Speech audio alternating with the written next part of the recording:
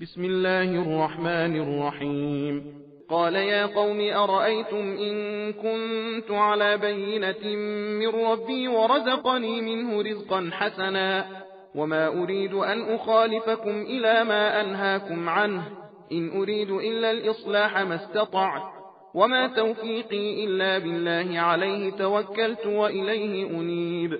ويا قوم لا يجرمنكم شقاقي أن يصيبكم مثل ما أصاب قوم نوح أو قوم هود أو قوم صالح وما قوم لوط منكم ببعيد واستغفروا ربكم ثم توبوا إليه إن ربي رحيم ودود.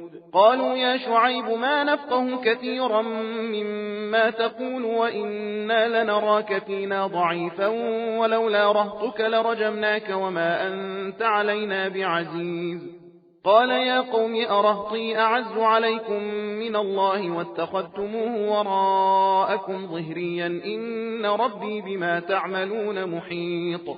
ويا قوم اعملوا على مكانتكم إني عامل سوف تعلمون من يأتيه عذاب يخزيه ومن هو كاذب وارتقبوا إني معكم رقيب.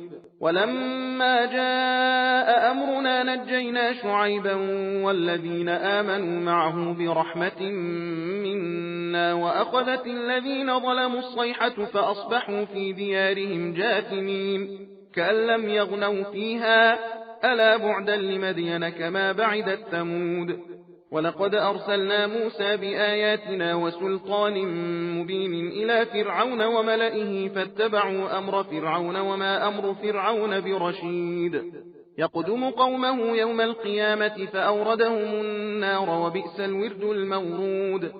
وأتبعوا في هذه لعنة ويوم القيامة بئس الرفد المرفود. ذلك من أنباء القرى نقصه عليك منها قائم وحصيد. وما ظلمناهم ولكن ظلموا أنفسهم فما أغنت عنهم آلهتهم التي يدعون من دون الله من شيء لما جاء أمر ربك وما زادوهم غير تتبيب. وكذلك أخذ ربك إذا أخذ القرى وهي ظالمة إن أخذه أليم شديد. إن في ذلك لآية لمن خاف عذاب الآخرة ذلك يوم مجموع له الناس وذلك يوم مشهود. وما نؤخره إلا لأجل معدود يوم يأتي لا تكلم نفس إلا بإذنه فمنهم شقي وسعيد. فأما الذين شقوا ففي النار لهم فيها زفير وشهيق.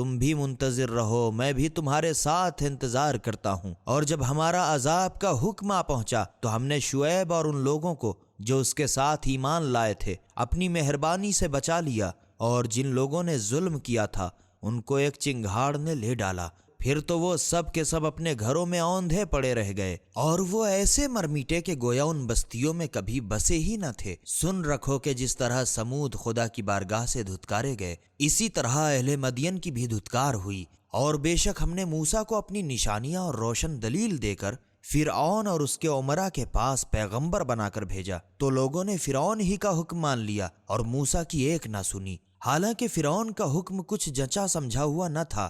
قیامت کے دن وہ اپنی قوم کے آگے آگے چلے گا اور ان کو دوزخ میں لے جا جھونک دے گا۔ اور یہ لوگ کس قدر برے گھاٹ اتارے گئے، اور اس دنیا میں بھی لعنت ان کے پیچھے پیچھے لگا دی گئی، اور قیامت کے دن بھی لگی رہے گی۔ کیا برا انعام ہے جو انہیں ملا۔ اے رسول صلی اللہ علیہ وآلہ وسلم، یہ چند بستیوں کے حالات ہیں جو ہم تم سے بیان کرتے ہیں، ان میں سے بعض تو اس وقت تک قائم ہیں اور بعض کا تہس نہس ہو گیا، اور ہم نے کسی طرح ان پر ظلم نہیں کیا، بلکہ ان لوگوں نے آپ اپنے اوپر نافرمانی کر کے ظلم کیا۔ پھر جب تمہارے پروردگار کا عذاب کا حکم آ پہنچا تو نہ اس کے وہ معبود ہی کچھ کام آئے جنہیں خدا کو چھوڑ کر پکارا کرتے تھے، اور نہ ان معبودوں نے ہلاک کرنے کے سوا کچھ فائدہ ہی پہنچایا، بلکہ انہی کی پرستش کی بدولت عذاب آیا۔ اور اے رسول صلی اللہ علیہ وآلہ وسلم، بستیوں کے لوگوں کی سرکشی سے جب تمہارا پروردگار عذاب میں پکڑتا ہے تو اس کی پکڑ ایسی ہی ہوتی ہے، بے شک اس کی پکڑ تو بڑی دردناک اور سخت ہوتی ہے۔ اس میں تو شک نہیں کہ اس میں اس شخص کے واسطے جو عذاب آخرت سے ڈرتا ہے ہماری قدرت کی ایک نشانی ہے۔ یہ وہ روز ہوگا کہ سارے جہان کے لوگ جمع کیے جائیں گے، اور یہی وہ دن ہوگا کہ ہماری بارگاہ میں سب حاضر کیے جائیں گے، اور ہم بس ایک معین مدت تک اس میں دیر کر رہے ہیں۔ جس دن وہ آ پہنچے گا تو بغیر حکم خدا کوئی شخص بات بھی تو نہیں کر سکے گا۔ پھر کچھ لوگ ان میں سے بدبخت ہوں گے اور کچھ لوگ نیک بخت۔ تو جو لوگ بدبخت ہیں وہ دوزخ میں ہوں گے، اور اسی میں ان کے ہائے وائے اور چیخ پکار ہوگی۔ سبیل قرآن، ہدایت کا راستہ۔